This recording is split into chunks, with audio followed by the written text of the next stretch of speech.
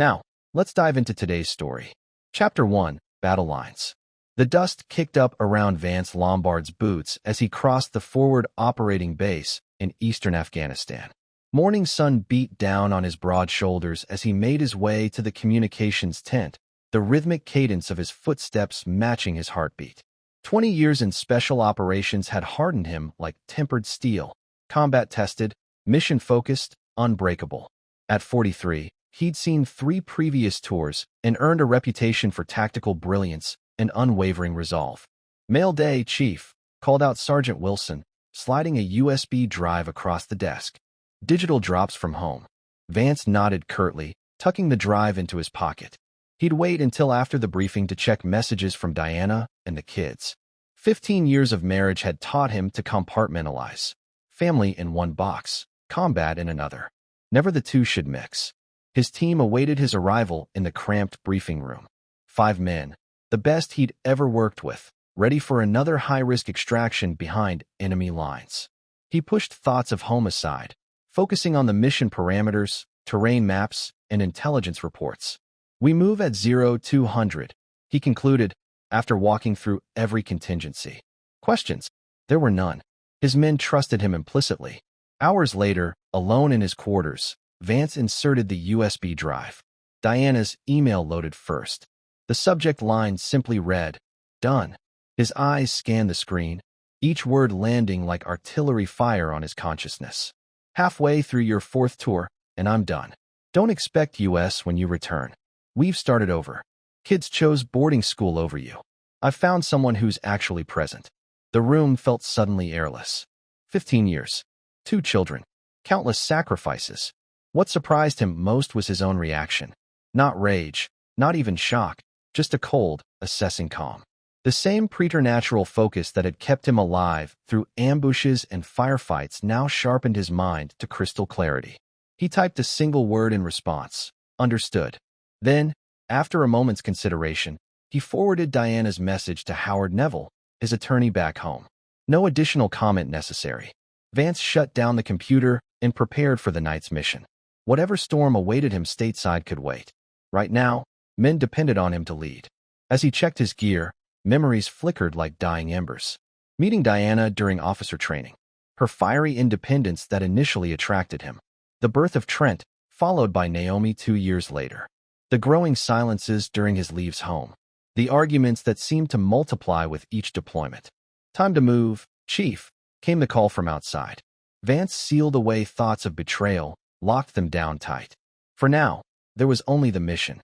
3 days earlier, Diana Lombard stood in the expansive kitchen of their Virginia home, crystal wine glass in hand, as Preston Hendricks traced lazy patterns on her bare shoulder. "You sent it?" Preston asked, his voice carrying the smooth confidence of old money and inherited position. "Just now," Diana confirmed, taking another sip. "Vance probably won't see it for days.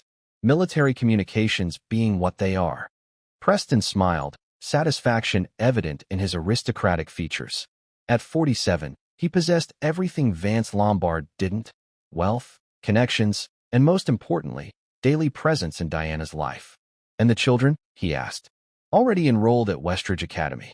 Full scholarships, thanks to your board position." Diana turned to face him. Trent was harder to convince, but Naomi's excited for the opportunity. "Once the divorce is finalized, we'll move them to the lake house," Preston said. "Fresh start for everyone." Diana nodded, though something in her expression wavered. 15 years is a long time to erase. 15 years of playing second fiddle to the military, Preston reminded her. "You deserved better." He didn't mention how meticulously they'd planned this over the past year. How systematically they'd transferred funds, prepared legal groundwork, and manipulated the children's perceptions of their absent father. Diana didn't need reminders of the calculated nature of their betrayal. The wine helped blur those edges. "To new beginnings," Preston toasted, clinking his glass against hers. Diana forced a smile, unaware that the carefully constructed house of cards was already beginning to falter. Chapter 2. Calculated Moves. Howard Neville's law office occupied the top floor of a modest building in downtown Alexandria, Virginia. At 62, he'd built his practice on discretion, competence, and an uncanny ability to anticipate problems before they materialized. When Vance Lombard's email appeared in his inbox, Howard recognized it immediately for what it was, the opening salvo in what would likely become a bitter war. The timestamp caught his attention. Vance had forwarded his wife's message within minutes of receiving it. No emotional outburst. No desperate pleas. Just cold, tactical awareness that legal protection was needed. Howard picked up his phone and dialed a number he rarely used. Reynolds? It's Neville. We need to move on the Lombard contingencies. Immediately. Thomas Reynolds, former military intelligence turned private investigator, had been on retainer for precisely this scenario. 6 months earlier, Vance had visited Howard during leave, expressing concerns about Diana's changed behavior and unexplained financial discrepancies. Just a precaution, Vance had said then, his expression neutral. Probably nothing. But Howard hadn't built a successful practice by ignoring warning signs. With Vance's authorization, he'd established surveillance protocols, financial safeguards, and legal preparations, all dormant until needed. All assets? Reynolds asked over the phone. Everything, Howard confirmed. And I want eyes on the Hendricks situation. Full coverage. Already have preliminary files, Reynolds replied. Diana's been meeting him 3 times weekly. Lake House property. I'll send everything encrypted. Howard hung up and composed a brief response to Vance. Received. Protective measures initiated as discussed. Complete communication blackout recommended until your return. Focus on coming home alive. 3 hours later, Diana Lombard's attempt to access their joint investment account triggered an alert on Howard's phone. The wheels were already turning, exactly as Vance had anticipated they might. Preston Hendricks sat behind his mahogany desk at Hendricks Capital, reviewing the latest acquisition reports when his assistant buzzed through. Mr. Hendricks, there's a call on line 2. He won't identify himself, but says it's regarding the Lombard situation. Preston frowned. Nobody should know about his involvement with Diana. They'd been careful. Put him through, he said, straightening his tie. The voice on the other end was unfamiliar, professional, and chillingly direct. Mr. Hendricks, this call is merely a professional courtesy. Certain financial transactions associated with the Lombard family accounts have been temporarily secured. Any attempts to circumvent these measures would be inadvisable. Who is this? Preston demanded, feeling a cold knot form in his stomach. Consider me an interested third party, the voice continued. Mrs. Lombard's communication with her husband has been noted and appropriate measures taken. Good day. The line went dead. Preston immediately called Diana, who answered in a panic. The accounts are frozen, she said, her voice tight with stress. All of them. And the trust fund transfers for the children's tuition bounced. What's happening? He's reacting, Preston realized aloud. Your husband. He must have received your email. That's impossible, Diana insisted. He's in a combat zone. Even if he got it, he couldn't organize this so quickly. Preston's mind raced through possibilities. Unless he anticipated it. Unless he was prepared. For the first time, doubt crept into Preston's calculations. He'd researched Vance Lombard extensively, decorated special operations officer, moderately successful investments, devoted father despite long absences. Nothing in that profile suggested the kind of preemptive financial maneuvering they were witnessing. What do we do now?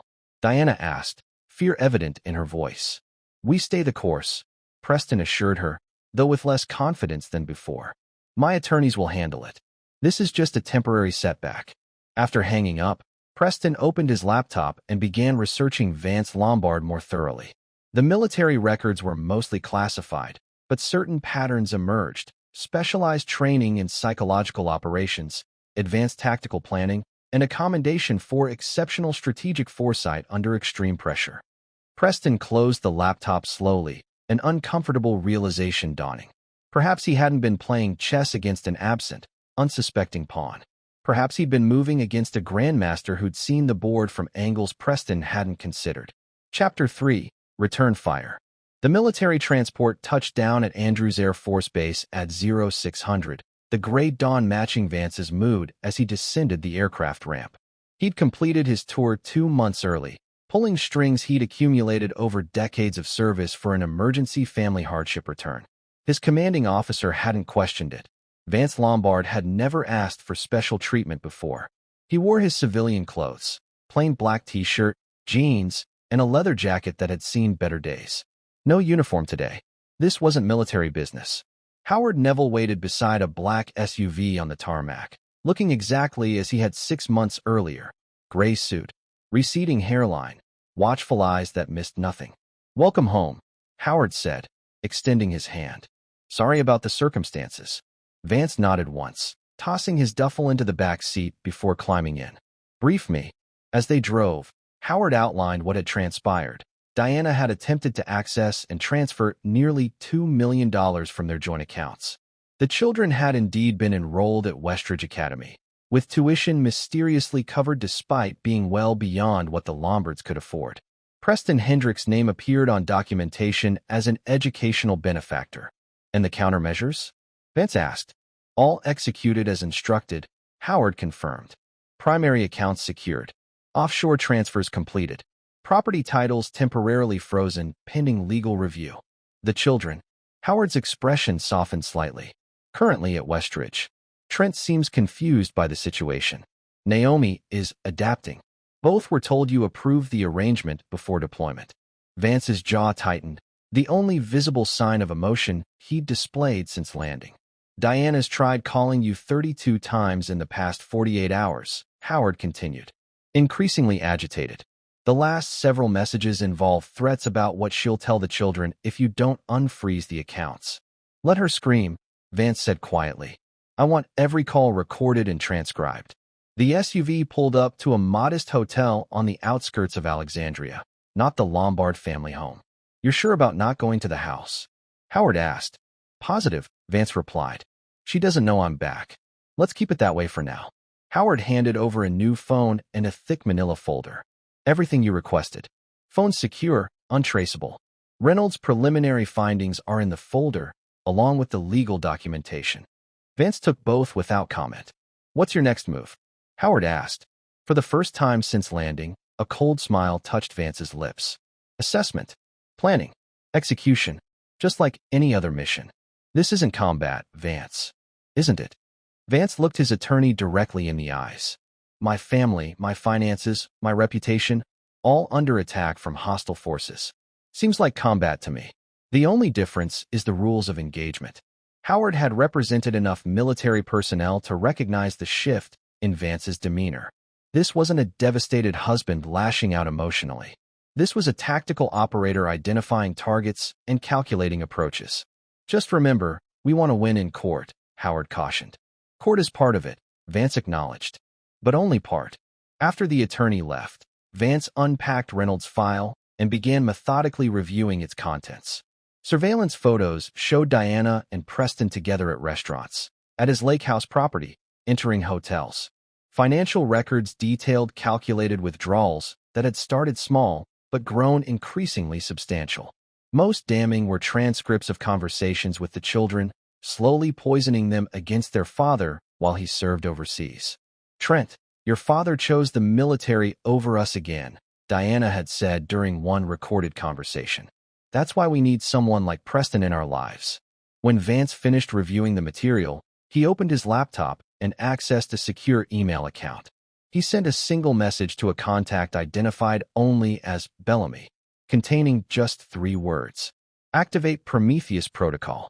Then he checked into his hotel room, showered off the last remnants of Afghanistan, and slept for 4 uninterrupted hours, the practiced efficiency of a soldier who knew that the upcoming battle required him at full strength. When his secure phone rang just after sunset, Vance was already awake and alert. "It's done," came the reply. "Initial surveillance placed on all targets. Financial tracking active. Background compilation proceeding." "And the special parameters?" Vance asked. "The psychological profile on Hendricks is almost complete. Primary pressure points identified. Reputation, legacy holdings, board positions. Most vulnerable through public exposure. Diana, emotionally unstable, increasingly dependent on Hendricks for both financial and psychological support. Children are her stated priority, but actions suggest otherwise." Vance absorbed this information silently. "Then, proceed to phase 2. I'll make contact with the children tomorrow."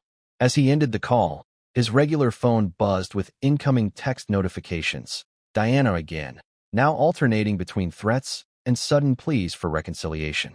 The latest message read, "Please, Vance. Let's talk about this. The kids miss you. I made a mistake." Vance read it twice, recognizing the desperation behind the words. The financial vice was already tightening. "Good." He texted back a single line. "I'll be seeing the children tomorrow at 3 p.m. Alone." Then he turned back to his planning, meticulously plotting each move in a campaign that would leave no survivors among those who had betrayed him. Chapter 4: Blood Ties. Westridge Academy sprawled across 30 manicured acres just outside Arlington, its brick buildings and ivy-covered walls projecting exactly the image of prestige its five-figure tuition promised.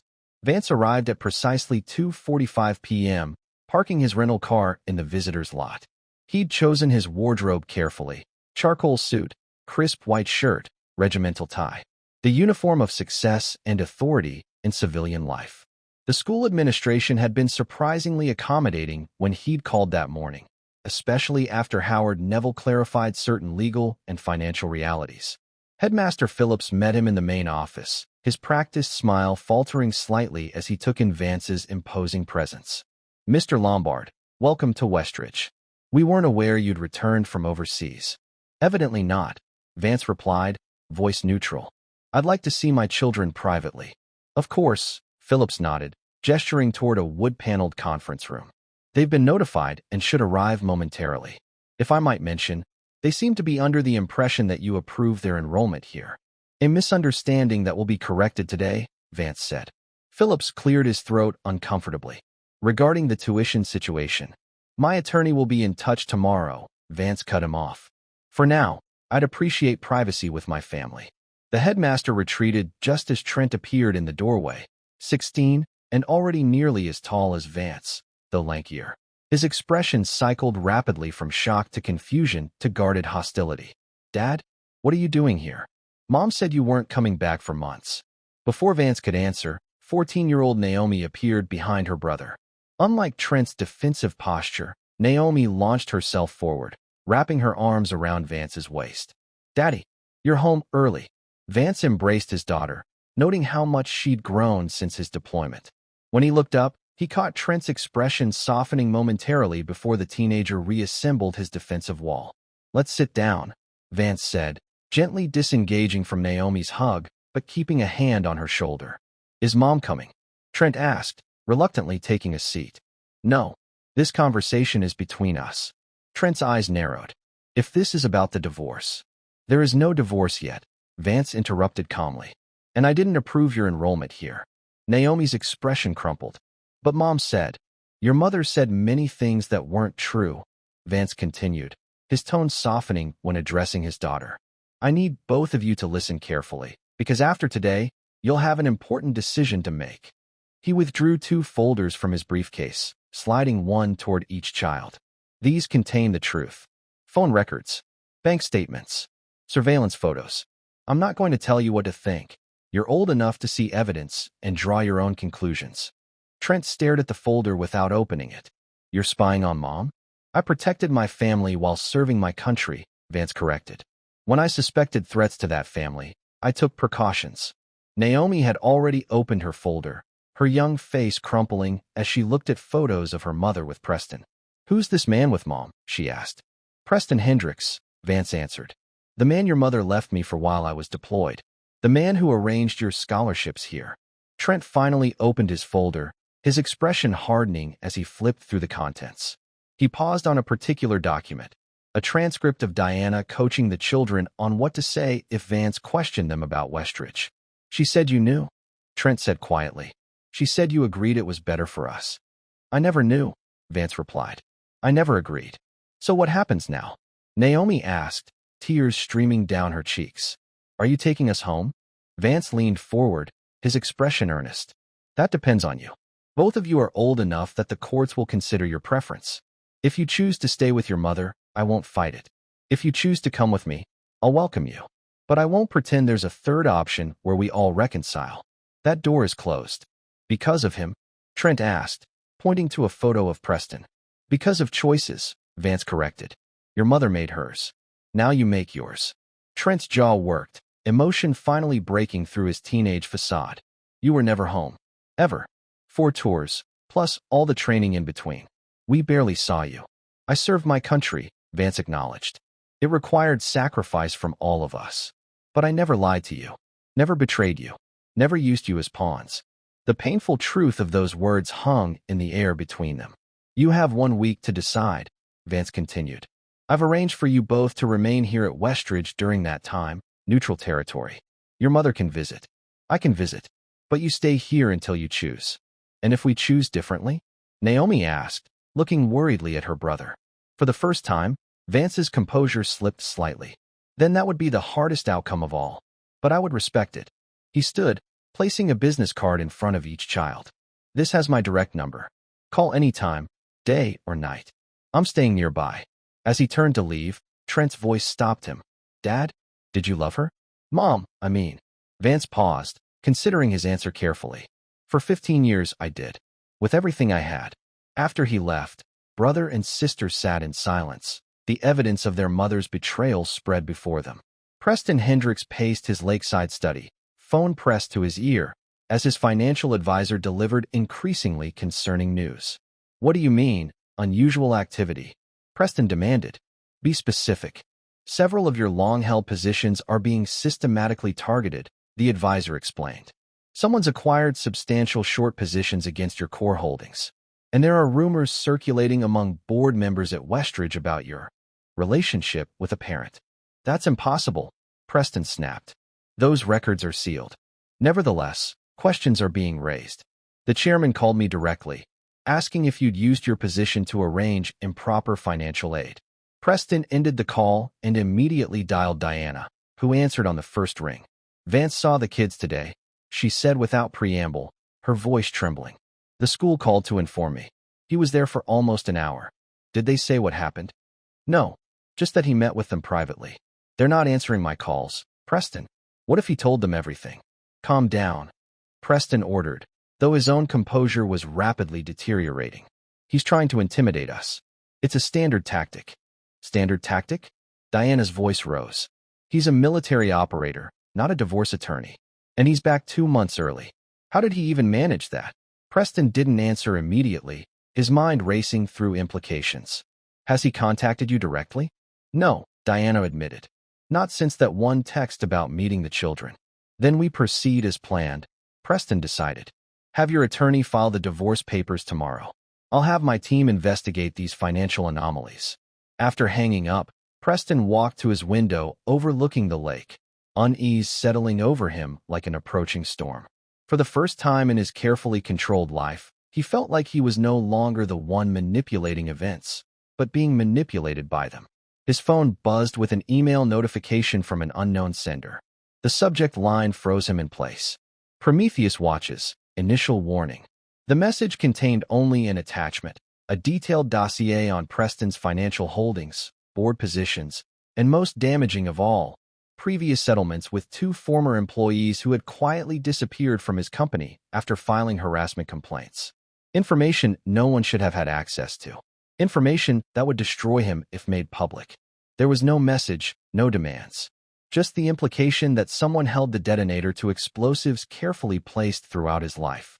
Preston Hendricks had always considered himself an apex predator in his world of wealth and influence. Now, for the first time, he experienced the cold realization that he might instead be prey. Chapter 5, Cornered Prey.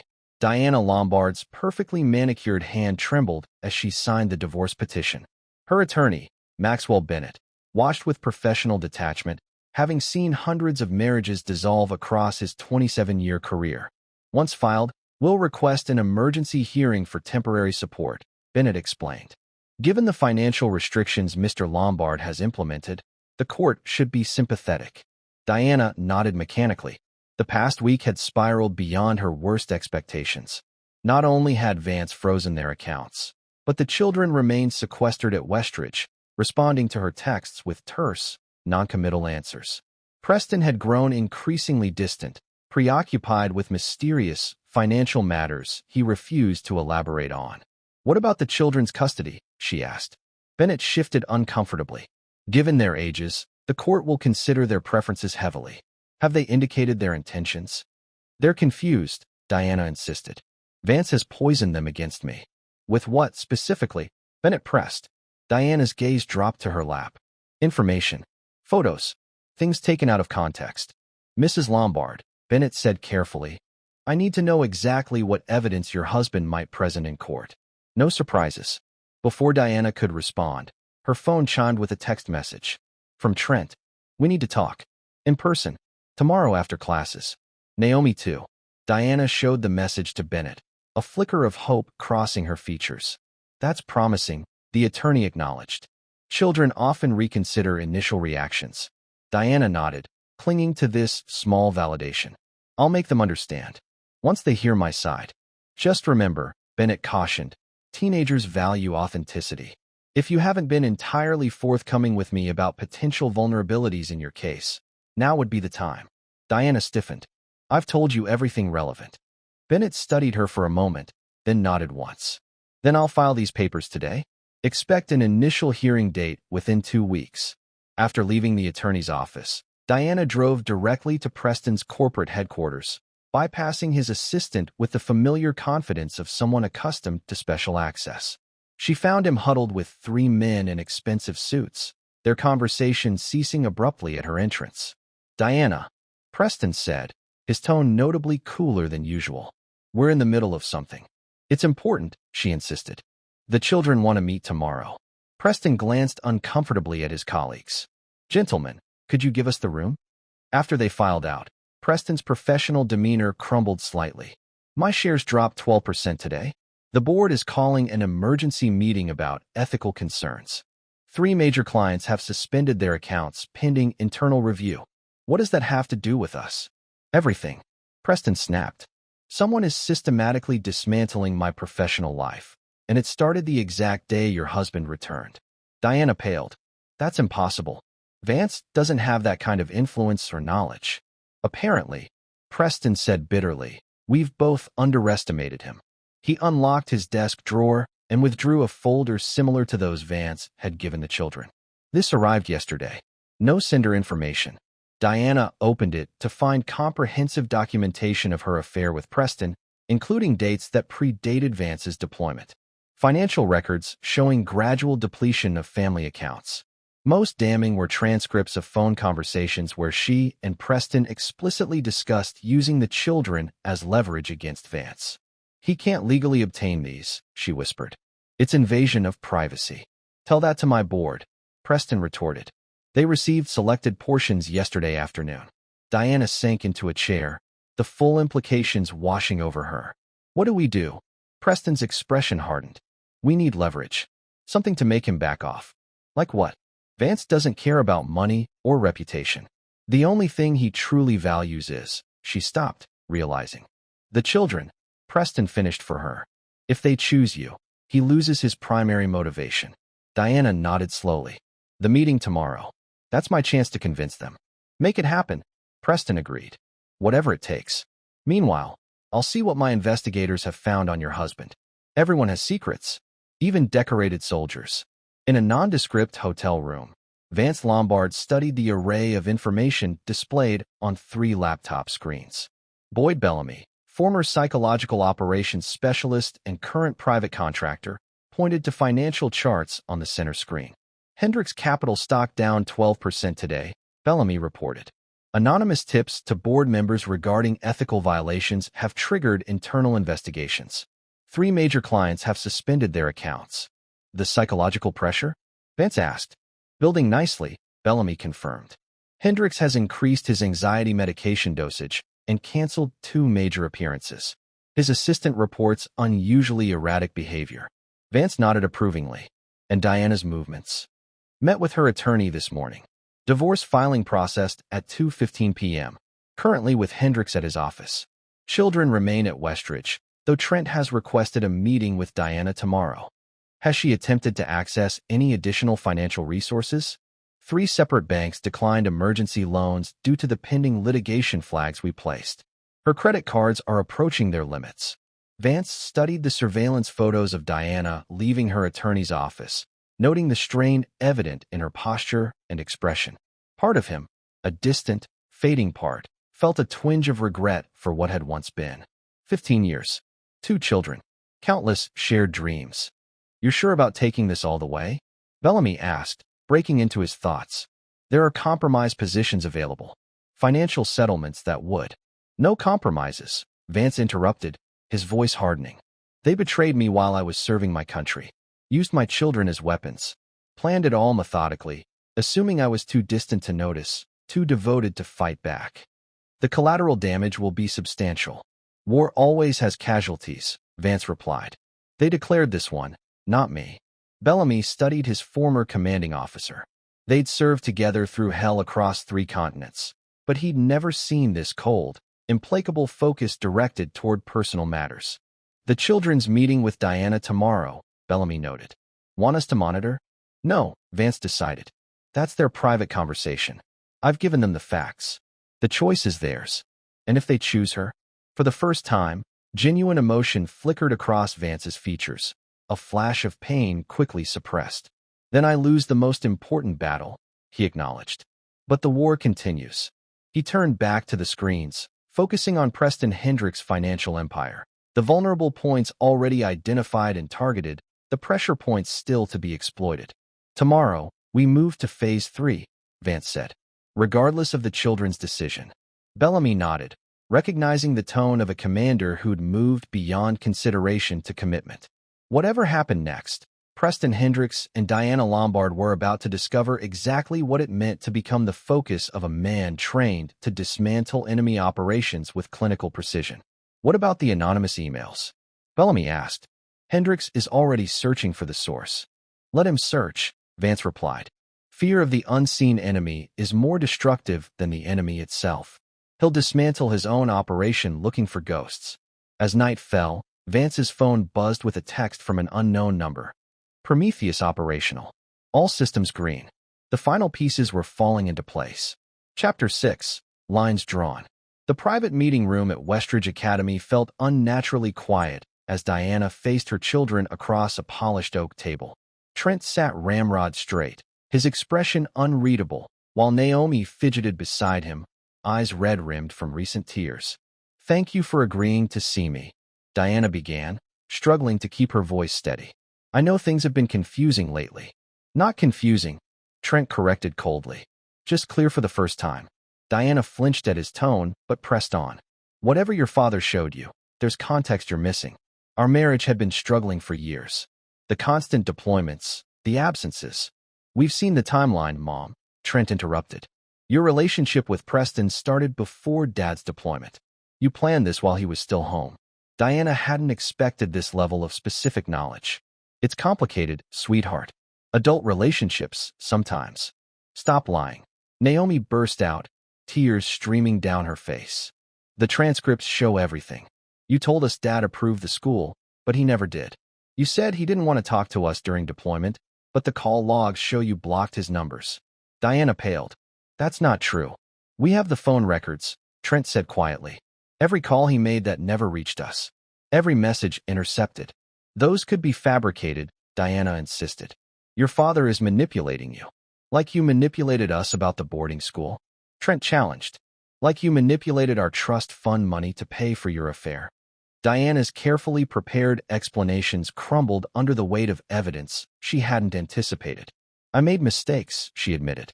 But everything I did was to secure our future. Preston can provide opportunities your father never could.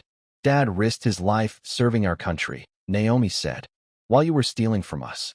The accusation hung in the air like poison. You have to understand, Diana tried again, desperation creeping into her voice. If you choose to live with your father, you'll barely see him. He'll deploy again, leave you with relatives or caretakers. With me and Preston, you'll have stability, opportunities. We've made our decision, Trent interrupted, his voice suddenly older than his 16 years. Diana felt her heart plummet. Both of you, both of us, Naomi confirmed quietly. We're going with Dad, Trent announced. We've already informed Headmaster Phillips and signed the preference statements for the court. Diana's composure finally shattered. You can't do this to me. After everything I've sacrificed. You didn't sacrifice anything, Trent cut in, standing abruptly. You took. From Dad. From us. And now you're facing the consequences. I'm your mother, Diana cried. Yes, Naomi acknowledged sadly. And we still love you. But we can't trust you anymore. As her children walked out of the room, Diana remained frozen in place, the carefully constructed narrative of her victimhood collapsing around her. Her phone buzzed with a text from Preston. How did it go? She couldn't bring herself to respond. Preston Hendricks' world was unraveling with terrifying speed. The board vote was unanimous. His corporate attorney informed him grimly. Effective immediately, you're suspended pending investigation. Your access to company systems has been revoked. Preston stared out his office window, watching employees hurriedly packing their belongings below, collateral damage from his sudden fall from grace. The allegations can't be substantiated, Preston insisted. Anonymous tips aren't evidence. The supporting documentation was extensively detailed, the attorney countered. And 3 former employees have now come forward with corroborating accounts, along with evidence their settlements included illegal non-disclosure provisions. Who's behind this? Preston demanded. It has to be Lombard. The attorney shook his head. There's no connection to him in any of the documentation.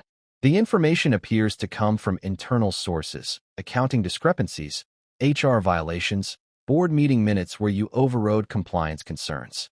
Those records were secured. Apparently not securely enough. After the attorney left, Preston tried Diana's number again, cursing when it went straight to voicemail. His own phone had been ringing constantly. Reporters, board members, nervous investors. The empire he'd spent 20 years building was imploding in less than a week. His computer chimed with an incoming email. Another anonymous message, subject line. Prometheus Phase 3 initiated. The attachment contained a comprehensive analysis of Preston's offshore accounts. Tax havens he'd assured Diana were untraceable. Accounts that contained millions diverted from corporate holdings and investor funds. The message body contained just one line. IRS Criminal Investigation Division receives this tomorrow. Preston frantically dialed his personal banker in the Caymans, who confirmed the worst. Someone initiated transfer protocols using authenticated credentials. The accounts have been emptied. That's impossible. I have the only access codes. Nevertheless, Mr. Hendricks, the transfers were properly authenticated. To numbered accounts we cannot trace. Panicking now, Preston tried calling Diana again. This time she answered, her voice hollow. The children have chosen Vance, she said without preamble. They've signed legal statements for the court. Forget the children for a moment, Preston snapped. We have bigger problems. My offshore accounts have been compromised. The board has suspended me. The IRS is being handed evidence of tax evasion. What are you saying? I'm saying we need to leave. Today, I have emergency funds and identities prepared. We can be in Buenos Aires by morning. Silence stretched across the line. Diana, did you hear me? This is serious. You want me to abandon my children? She finally asked. They've already abandoned you. Preston reminded her harshly. And in 24 hours, we'll both be facing criminal investigations. Is that what you want? Diana's voice hardened. This is your mess, Preston, not mine. Your husband is behind all of this. We're in this together. No, Diana said with sudden clarity. We're not. Not anymore. The line went dead. Preston stared at his phone in disbelief. Abandoned. Exposed. Hunted. He grabbed his laptop and emergency go-bag from the hidden safe behind his office bookshelf. The contingency plans he'd created for worst-case scenarios were now his only hope. Before corporate security could arrive to escort him out, Preston slipped through his private elevator to the parking garage. As his Porsche roared toward his lake house, where additional cash, passports, and resources were secured, Preston failed to notice the unmarked sedan that fell into position 3 cars behind him. Inside that sedan, Boyd Bellamy spoke quietly into his secure phone. Target in motion. Proceeding exactly as predicted. On the other end, Vance Lombard's response was simple: maintain surveillance. Intervention only if he deviates from expected route. The trap was set, the prey running precisely where intended. The hunt was entering its final phase. Chapter 7, Fallen Queen. Diana Lombard sat alone in the expansive kitchen of the house she'd once shared with Vance, nursing a glass of whiskey as rain lashed against the windows. Her attorney's words still echoed in her mind, clinical and devastating. The judge has granted temporary full custody to your husband. Given the financial evidence and the children's explicit preference, contesting further would be expensive and likely futile. In 7 days, her carefully constructed life had disintegrated completely. Preston had disappeared after their last phone call. His lake house found empty by authorities investigating financial irregularities. Her credit cards had been declined when she attempted to check into a hotel. Even her mother had refused to take her calls after receiving an anonymous package detailing Diana's betrayals. The doorbell rang, startling her from dark thoughts. Standing on her porch, rain-drenched and grim-faced, was Howard Neville. "Mrs. Lombard." He greeted formally once she'd opened the door. "May I come in?" Diana stepped aside wordlessly, noting the thick portfolio he carried. "My client has authorized me to present settlement terms," Howard said, placing documents on the kitchen counter. "He believes these will be more favorable than what you'd receive through continued litigation." "Where is he?" Diana asked. "Why doesn't he face me himself?" "Mr. Lombard is currently relocating with the children," Howard replied. He felt direct contact would be unproductive. Diana laughed bitterly. "Coward." Howard's expression remained professionally neutral. "The terms are straightforward. You receive this house, cleared of liens. A modest monthly support payment for 2 years, contingent upon psychological counseling and substance abuse treatment. Supervised visitation with the children, gradually increasing based on counselor recommendations." "Supervised?"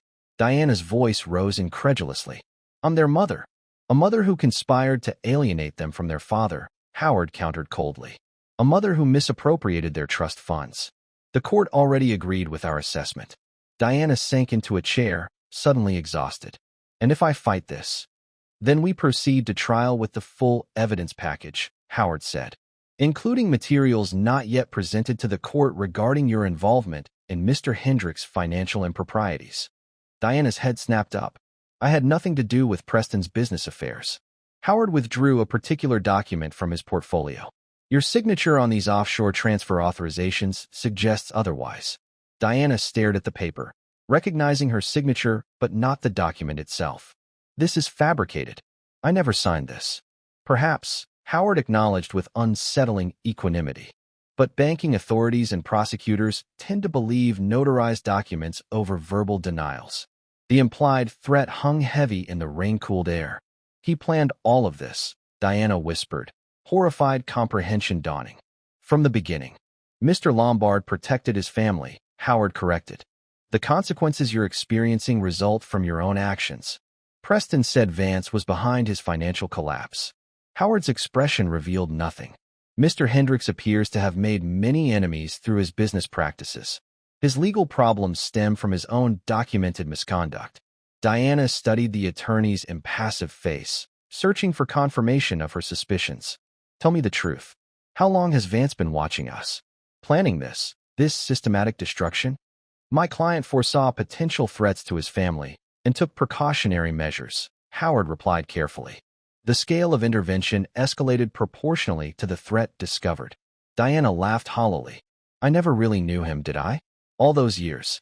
"Few people truly do," Howard agreed, his tone softening slightly. "The settlement offer expires in 48 hours. I suggest you review it with your attorney." After Howard left, Diana poured another drink and opened the settlement documents. The terms were precisely as described, survivable but humbling. A shadow of the life she'd planned with Preston, but more than she deserved given what she'd attempted to take from Vance. Her phone rang, an unknown number. Hoping against hope it might be Preston with some solution, she answered. "Mrs. Lombard," came an unfamiliar male voice. "My name is Agent Keller, Federal Bureau of Investigation.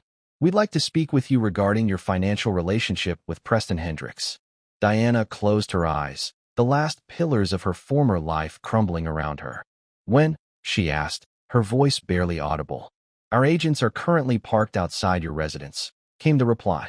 "We can proceed now, or you can meet us at our field office tomorrow morning with your attorney present." Diana glanced out the window, noting the dark sedan now visible through the rain. "I'll come with you now," she decided, suddenly desperate to escape the empty house filled with memories of a family she'd destroyed. "I have nothing to hide." As she gathered her purse and coat, Diana caught her reflection in the hallway mirror. Designer clothes, perfect makeup, hollow eyes. The woman who had believed herself too good for a military husband, too entitled to honor commitment, too clever to get caught. She barely recognized herself. Vance Lombard stood at the window of a modest but comfortable rental home, watching Trent and Naomi explore the backyard despite the light drizzle. They'd arrived yesterday, their few personal belongings hastily packed from Westridge Academy. Their futures uncertain, but somehow lighter without the weight of their mother's manipulations. "They're resilient," observed Louise Patterson, Vance's sister, as she joined him at the window. 10 years his junior and fiercely protective, Louise had flown in from Colorado immediately upon learning of the situation. "They shouldn't have to be," Vance replied grimly. "They deserved better." From Diana, "Yes," Louise agreed. "But they got the father they needed." Vance turned from the window. "Did they? I was absent for most of their lives. Physically, maybe. But they never doubted your commitment." Louise squeezed his shoulder. "And now you're here when it counts most." Vance's secure phone vibrated with a text message. "Settlement delivered. Deconsidering options. FBI making initial contact now." He slipped the phone back into his pocket without responding. Phase 3 was proceeding exactly as planned. "Will you tell them?" Louise asked quietly. "About everything you did to protect them?" Vance shook his head. "They don't need to know the details. Only that their father kept his promises." "And Diana? Preston? How far does this go?" Vance's expression hardened. "Diana has a path to redemption if she chooses it. Limited, supervised access to the children. Financial support while she rebuilds her life. It's more than she offered me. And Hendricks. He made different choices. Different consequences." Louise studied her brother carefully. "The financial collapse, the federal investigation. That's all you're doing, isn't it?" "Hendricks destroyed himself," Vance replied carefully. "I merely ensured his actions came to light. Through your mysterious Prometheus protocol." Louise pressed. Vance allowed himself a small, cold smile. "Special operations teaches you to identify pressure points in enemy infrastructure. Create the right vulnerabilities, apply pressure at the right moment, and systems collapse from within." "He's running, you know," Louise noted. "The news says federal authorities have issued warrants." "I know exactly where he is," Vance replied. "And exactly where he's going."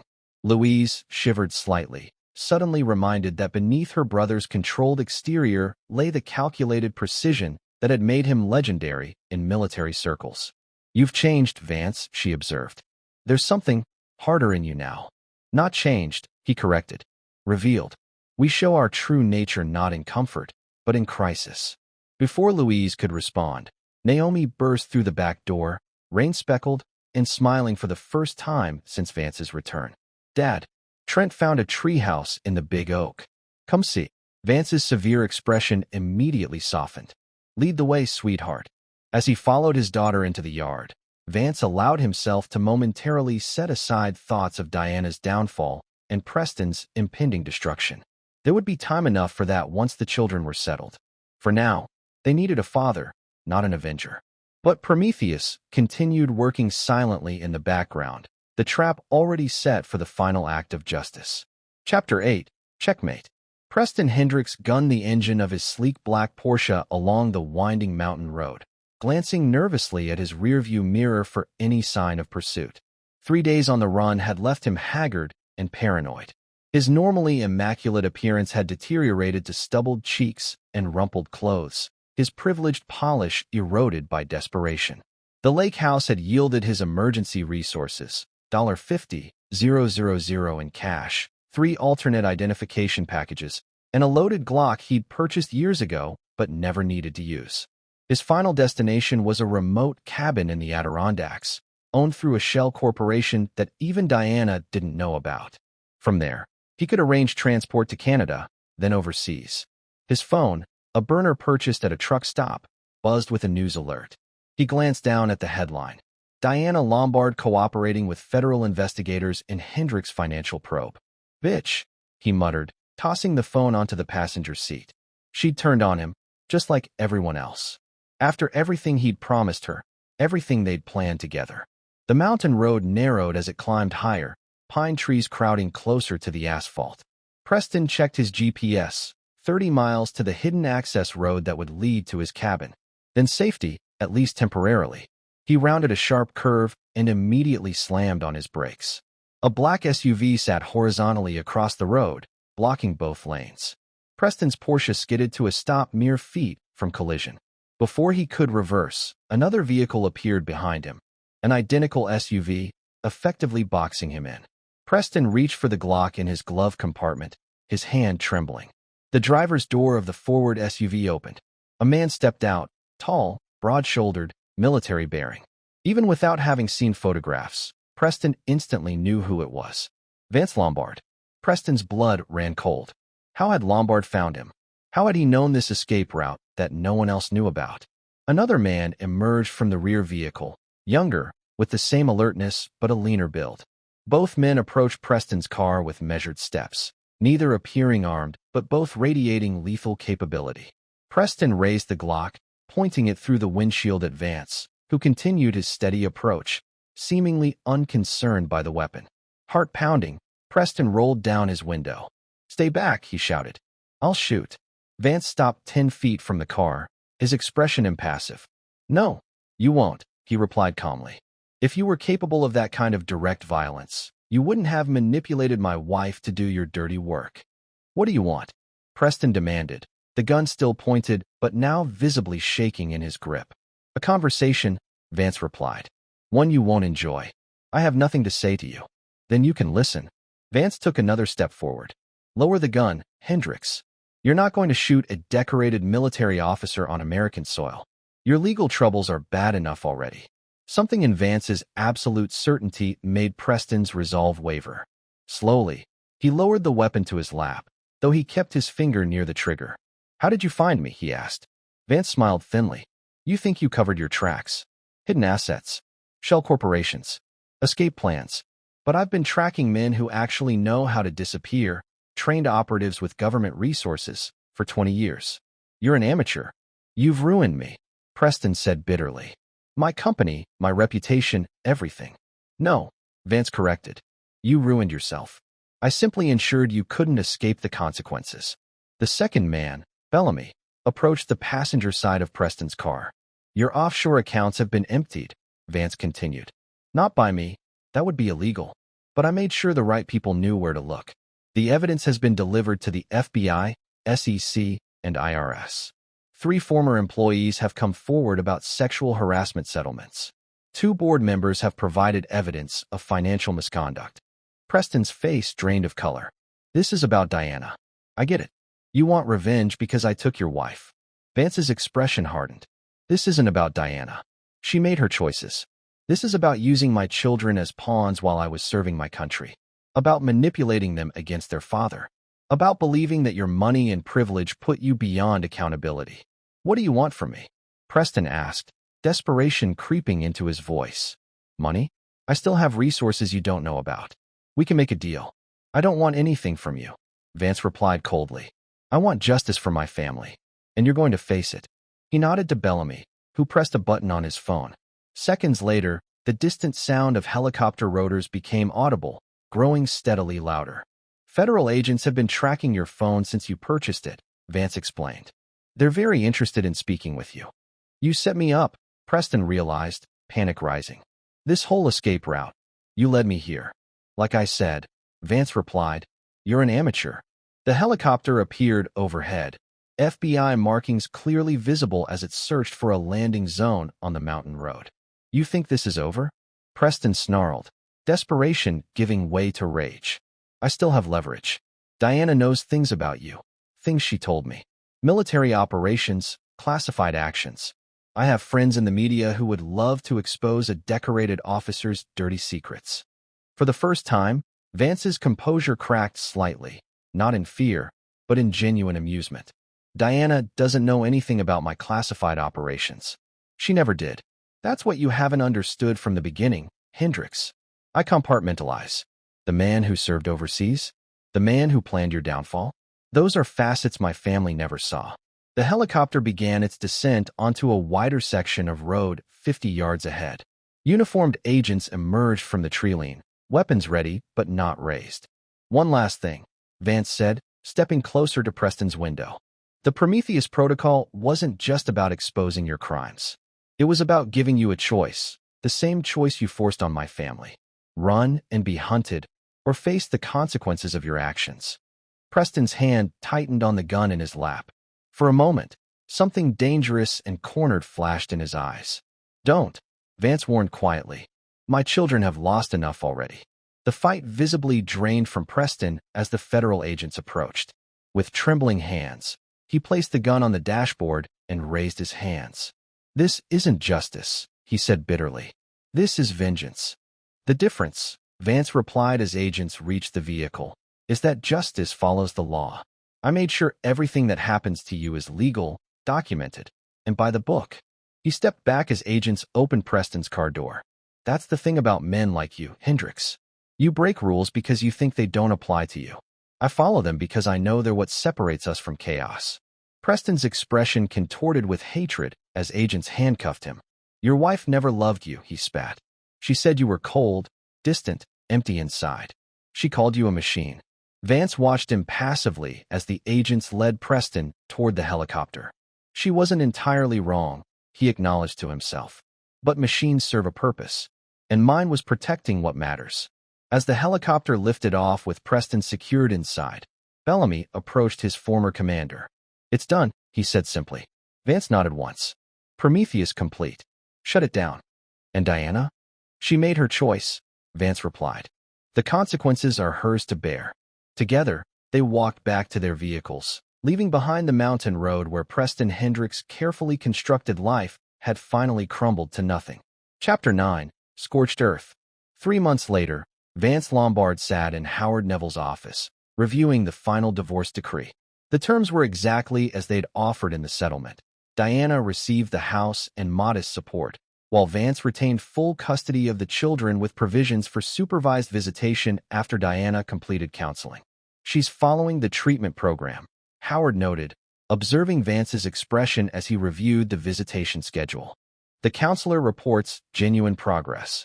Good for the children's sake, Vance acknowledged without emotion. They need some relationship with their mother, however limited. And Hendricks. Plea agreement finalized last week. 8 years federal time, full asset forfeiture, permanent industry ban. Howard studied his client carefully. Does it feel like victory? Vance set down the documents. Victory implies there was something to win. This was damage control, nothing more. Outside the office windows, fall had painted the Virginia landscape in brilliant reds and golds. 3 months had brought significant changes. A permanent home for Vance and the children, Trent's improved grades at his new school, Naomi's gradually returning smile. Small victories in a war that had left permanent scars. The children have asked to see their mother next month, Vance said. Supervised as agreed. And you're comfortable with that? My comfort isn't relevant. Their healing is. Vance signed the final page of the divorce decree. I won't stand in the way of whatever relationship they choose to have with Diana. But I won't pretend for their sake, either. Meaning I'll never forgive her, Vance stated plainly. Not for the affair, not for the betrayal, not for using our children as weapons. That chapter is permanently closed. Howard nodded, understanding the finality in his client's voice. And your military career? The Pentagon has offered reinstatement with promotion. Declined, Vance replied. My children need stability now. I've accepted a private security consulting position. Limited travel, regular hours. As they concluded their business, Vance's phone buzzed with a text from Louise. Kids picked up from school. Trent aced his history test. Dinner at 6. A small smile, genuine, unguarded, briefly softened Vance's features. Outside the law office, autumn sunlight bathed the streets in golden light as Vance walked to his car. 3 months ago, he'd returned from combat to find his personal life under attack. He'd responded with the same methodical precision that had kept him alive through 20 years of military service, identifying threats, developing strategy, executing with unwavering resolve. The cost had been high.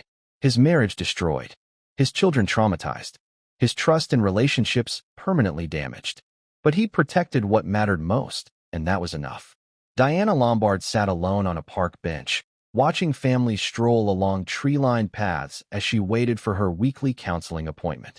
The past 3 months had stripped away everything she'd once considered essential: social standing, financial security, even her role as mother. The federal investigation had eventually cleared her of criminal involvement in Preston's schemes, accepting her cooperation as evidence of ignorance rather than complicity. But the social judgment had been harsher. Friends had disappeared. Country club memberships quietly lapsed. Invitations stopped arriving. Her phone chimed with a calendar reminder, 30 days until her first supervised visit with the children. The court-appointed counselor had been surprisingly supportive, helping Diana confront hard truths about her choices, her motivations, her failures as a wife and mother. It's not about forgiveness, the counselor had explained during their last session. It's about accountability. Your children need to see you accept responsibility without excuses before healing can begin. Diana had nodded, understanding intellectually but struggling emotionally with the humbling reality of her position. She'd thrown away a devoted husband and damaged her children's trust, all for a relationship built on lies and manipulation. As she walked toward her counselor's office, Diana passed a newsstand with the day's headlines. Preston's face stared back from the financial section. Hendrick's sentencing concludes federal fraud case. She didn't stop to read it. Preston Hendricks belonged to her past now, along with the woman she'd been while with him, entitled, selfish, blind to consequences. The path forward was steeper and far less glamorous, but it was the only one available. Her counselor had asked during their first session what Diana wanted most from the future. A second chance with my children, she'd answered without hesitation. And Vance? The counselor had pressed. Do you want reconciliation there as well? Diana had laughed bitterly. Vance doesn't give second chances. Not to those who betray him. I burned that bridge completely. Now, approaching the counselor's office, Diana accepted that reality without self-pity. Some actions couldn't be undone. Some trust, once broken, could never be restored.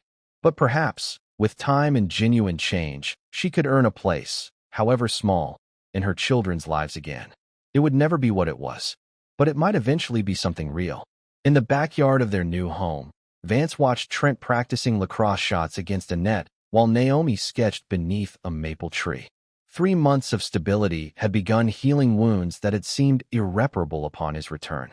Louise emerged from the house with a tray of drinks. Earth to Commander Lombard, she teased. Dinner in 20 minutes. Vance accepted the offered glass, his gaze still on his children. They're adapting better than I expected. Kids are resilient, Louise replied, especially when they know they're safe. Safe, Vance repeated thoughtfully. That was always the mission, wasn't it? In the field and at home. Speaking of missions, Louise said carefully, Boyd called. Asked if you'd reconsider the Pentagon's offer. Vance shook his head. That chapter's closed. Is it? Or are you just afraid of leaving them again? Vance turned to his sister, his expression softening slightly. Not afraid. Clear-eyed. I spent 15 years protecting strangers while failing to protect my own family. I won't make that mistake again. You didn't fail them, Vance. Diana did. I failed to see the thread until it was almost too late, he corrected. That's on me. Trent jogged over, slightly breathless from practice. Dad, can we order pizza tonight instead? Coach says I need more protein. Nice try, Vance replied with a rare smile. But Louise has already started dinner. Worth a shot, Trent grinned, the easy exchange revealing how their relationship had strengthened over recent months.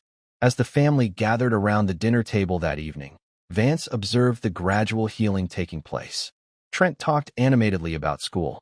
Naomi shared her latest art project. Louise teased them both mercilessly, as only an aunt could. They weren't unscathed. Naomi still sometimes cried at night for her mother. Trent occasionally withdrew into brooding silence. The upcoming supervised visit with Diana loomed, as both anticipated and dreaded. But they were moving forward. Not as the family they had been, but as the family they could still become. Later that night, after the children had gone to bed, Vance sat alone on the back porch, nursing a single glass of bourbon. His phone lit up with a message from Howard, final paperwork filed. Divorce officially complete. He set the phone aside, letting the finality of that statement settle over him. 15 years of marriage, ended with legal documents and court proceedings. The betrayal still burned when he allowed himself to feel it, which wasn't often. Diana had made her choice. Preston had calculated wrong. Both had paid the price for underestimating him, for believing that his absence meant weakness, for thinking they could use his children as pawns without consequences. Vance had responded as he'd been trained. identifying the threat, developing strategy, executing with precision. No emotion, no hesitation, no forgiveness. The mission was complete. His family, or what remained of it, was secure. As he gazed up at the star-filled sky, Vance acknowledged the truth that Diana had sensed but never fully understood. Part of him was indeed machine-like, cold, calculating, relentless when threatened.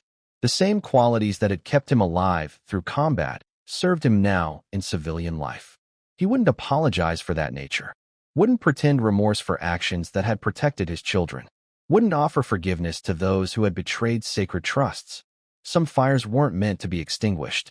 Some bridges were meant to stay burned. Some betrayals couldn't, and shouldn't, be forgiven. Vance Lombard finished his bourbon and returned inside, closing the door on the past and focusing only on what remained. The mission still before him, the family still worth fighting for, and the uncompromising code that defined him. Not all warriors laid down their swords when leaving the battlefield. Some carried them forever, not out of inability to change, but out of clear-eyed understanding of human nature. Trust, once shattered, could never be fully restored. Betrayal, once committed, permanently altered the landscape. This was his truth, unapologetic and absolute. And in this, as in all things, Vance Lombard remained unforgiving. This is where our story comes to an end. Share your thoughts in the comments section. Thanks for your time. If you enjoy this story, please subscribe to this channel. Click on the video you see on the screen, and I will see you there.